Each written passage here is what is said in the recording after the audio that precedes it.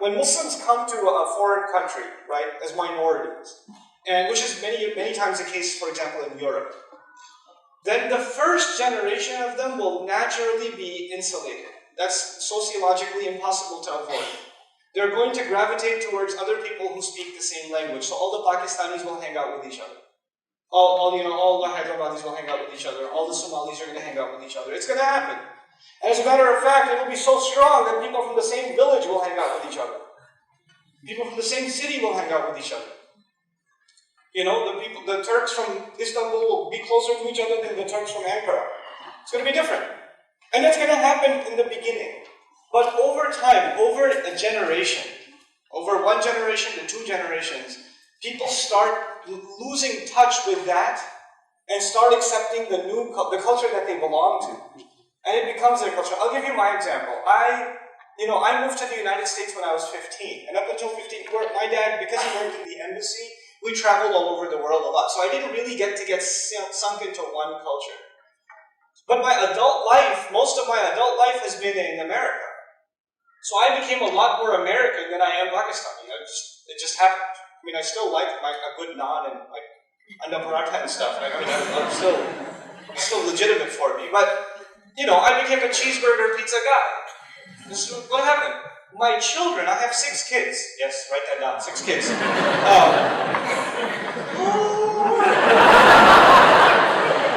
I'm leaving. Some people are so offended by that. Is that even scientifically possible?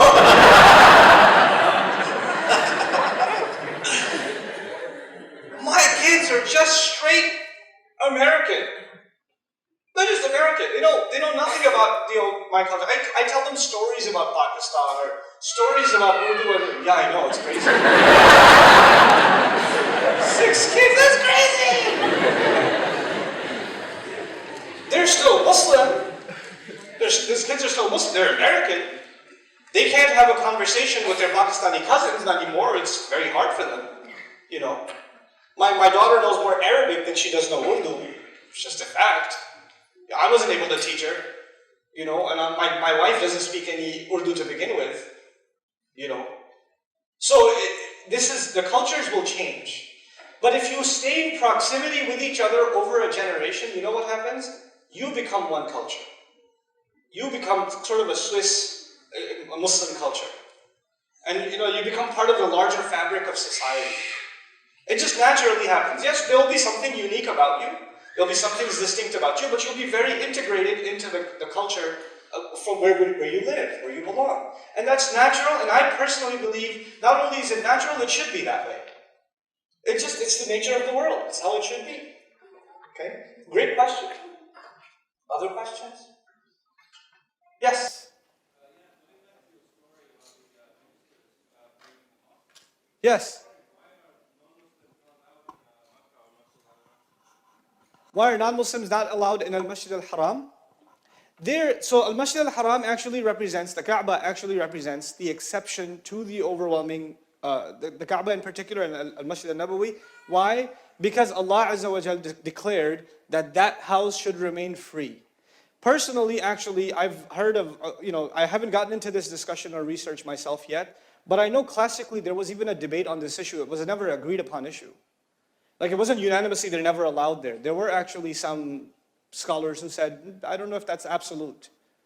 But there's a difference between popular Islam, like what got popularized as Islam, and what is actually in our scholarly tradition. And sometimes it's harder to dig deep and just go with the simple answer and go forward. So, but it's certainly something that I haven't looked into at length yet. Okay. Other questions? Yes?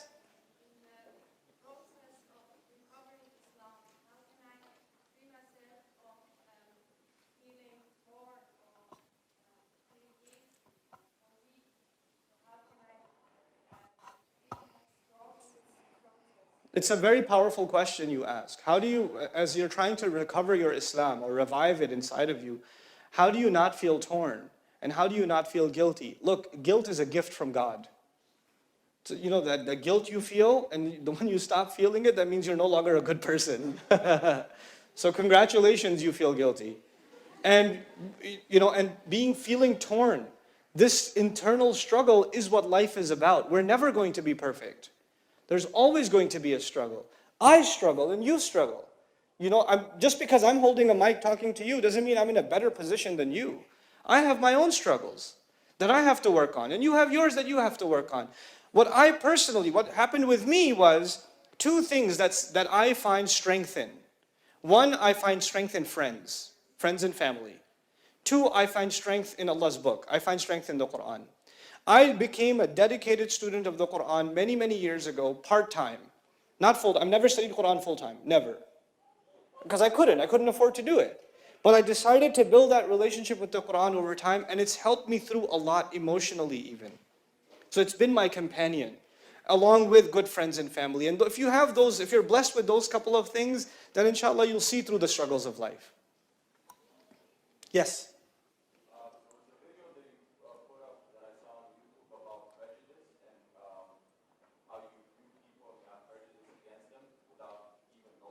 Yes. And I was just wondering, what's your advice on actively, you said the Quran said that you have to actively work on this. That's correct. That's what I said. What is the active work you must do? You have to think about it every time or? Yes. Also, what our young gentleman is referring to is a talk I gave about prejudice, in which I said that the Quran actually declares that we should work hard to avoid prejudice, which assumes that when you see someone, the natural inclination is that you will be prejudiced. This is why اجتنبوا كثيرا من الظن. The first thought you'll have, oh my God, this guy's beard. You know, the crazy thing happened to me over here. I should tell you, I know you're going to be embarrassed by it. It's okay, I'm not embarrassed. Crazier things have happened, so I don't mind. This guy who was so drunk he couldn't even stand up straight was on the tram when I was get off the airport. I was sitting with some friends, and he's like, I guess he said it in German or Swedish. I don't know what language he used, but he said, "Where are you guys from?" So they translated it for me. So they answered, "We're from different countries." So I turned around and said, "I'm from Texas." So he looked at me and he goes, "Where's your cowboy hat?" So it started an investigation into my authenticity as a Texan. But afterwards he said, "Please don't do anything terrorist in my country."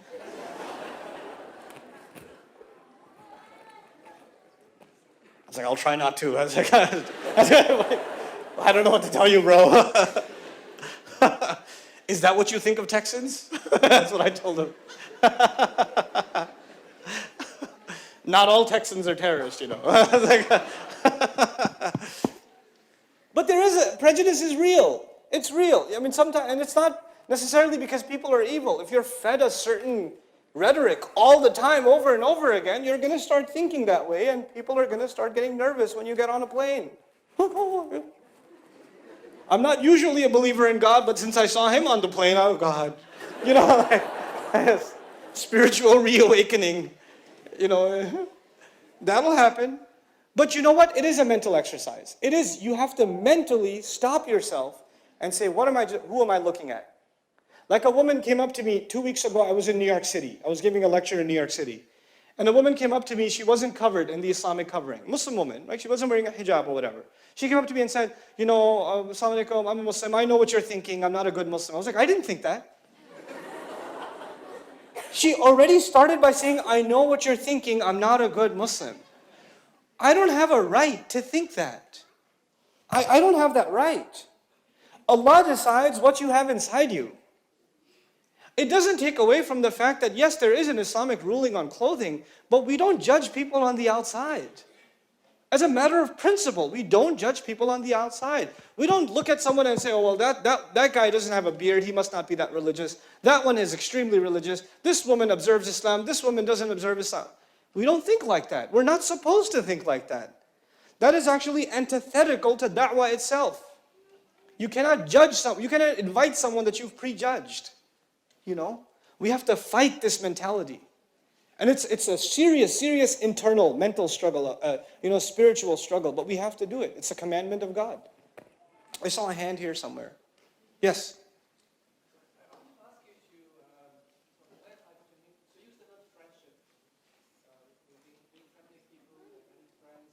Sure. I was just wondering, The one hadith of the Prophet ﷺ came to me, and he said, a person is on the religion of his friend. That's correct, yeah. So, how do you reconcile? Very good question. It's a fantastic question, actually. I love it. You guys are asking really intelligent questions. So I said that you can make friends with Christians and rabbis, and you can make... I'm repeating the question. That's what I was doing. I was repeating the question. I was repeating it. You stopped me from repeating the question. Okay. All right. So, I said that you can have rabbis as friends and, priests as friends and other non-Muslims as friends or whatever. It's no big deal. But the Prophet said, sallallahu alaihi wasallam, that a person depends on the religion of their friend. Al-mar'u ala dini khalilihi falyanzur ahadukum man yukhalil. Aw kama qala Rasulullah sallallahu alaihi wasallam. So he says a man depends on the religion of his friend. Watch out who you make friends with. Except asdiqa and akhilla are two different things. There are lots of words in the Arabic language for friends. There are lots of words in the Arabic language for friends. The friend that you spend all of your time with. The friend that you're in constant conversation with and you never let go of. The friend that is always there with you and you're always there with them. That's a Khalil. This is why Ibrahim alayhi salam is Khalilullah. That's a Khalil. But Sadaqa or al-musadaqa or al-murafaqa, these are different words for friends, which are friends where you're friendly with someone, you're courteous with someone, you're not obsessed with them. You don't call them at 2 in the morning and say, you want to get some pizza? Not those friends. But friends that whenever you meet them, you're courteous with them, they're courteous with you. You can have lively, enriching conversation. It's totally fine. Aren't there different levels of friends in your life? Aren't there people that are your friends, but you're not, you're not going to hang out with them 10 hours a day, but then there are friends that are literally genetically attached to you that you can't get rid of even if you want to. Or they keep texting you or whatever, That's a different kind of friend. So there are degrees of friendship, and sure, the Prophet does advise, if you are around people who don't share your faith all the time, it'll affect your faith. That's logical. Sure. Yes. With the cute baby. One baby.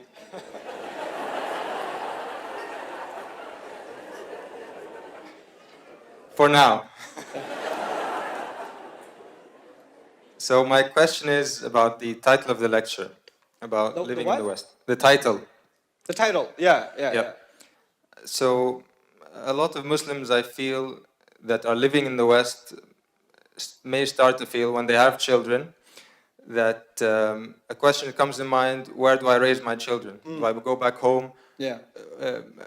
But I still feel that here, sometimes I feel the Muslim community or freedom is more than in my home country.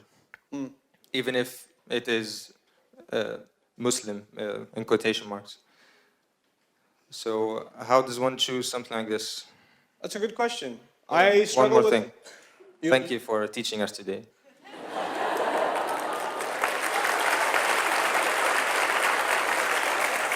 Okay, stop it. All right, so the question about, actually a lot of people do this. Wait, let me answer that one. Oh, you relate a question? Okay. I do. Yeah. Huh? You have no reason? I didn't say that. You said that. I said I love it, yeah.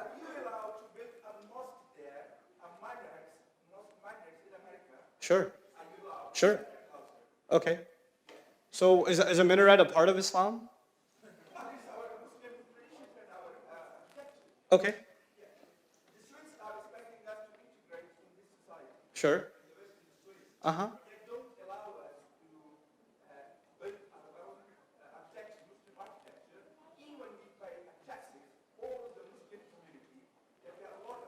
Sure. You sound angry, by the way.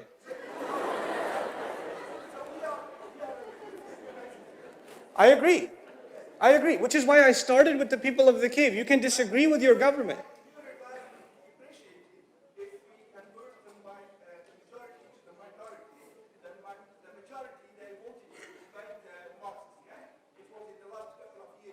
Yeah, I saw the news. Of course. How is that related to raising children?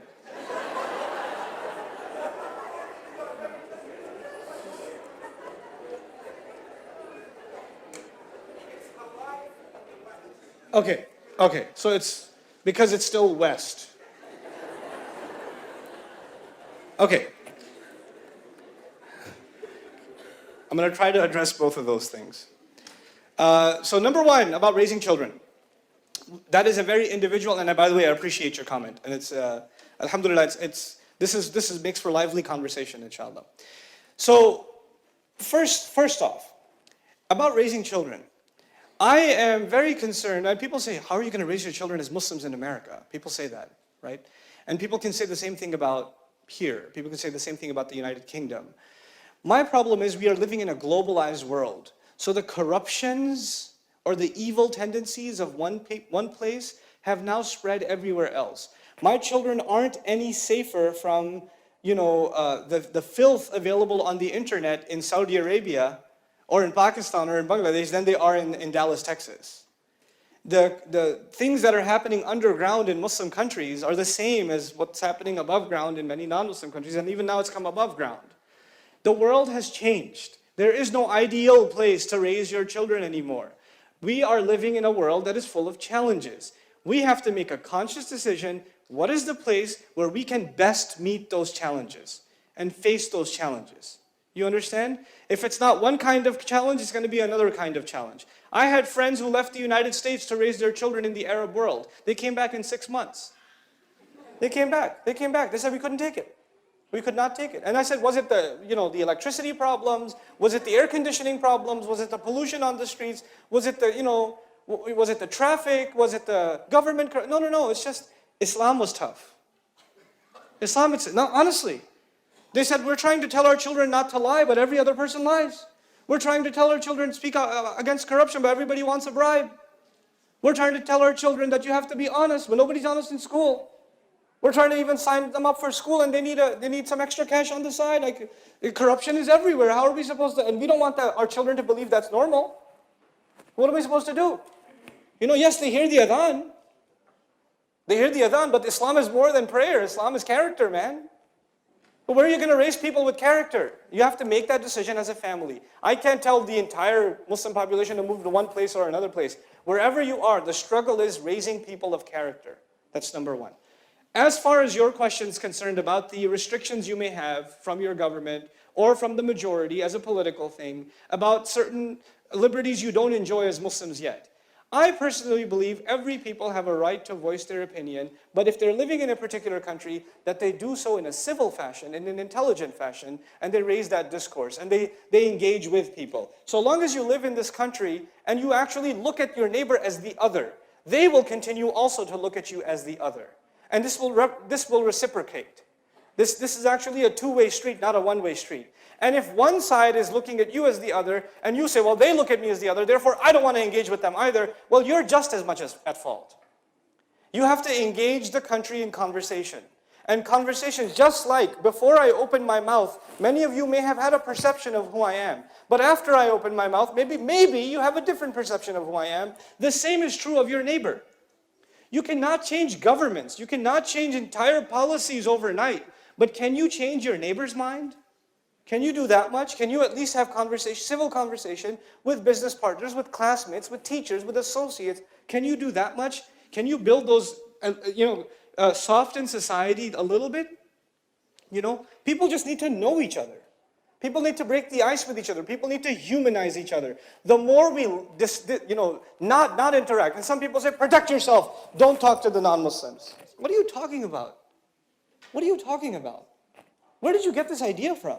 It is not from Islam. The Quran is filled with the idea of go talk to people. Go talk to people. And you will find that somebody who may have hated you 10 minutes ago, all of a sudden has a completely different perspective on who you are. Isn't that the case? So this is an individual effort. This takes an individual effort on all of your parts to really humanize the picture of Islam. You people have to do that, And the more socially isolated you make yourselves, the more you're going to perpetuate the stereotype. The more you're going to do that,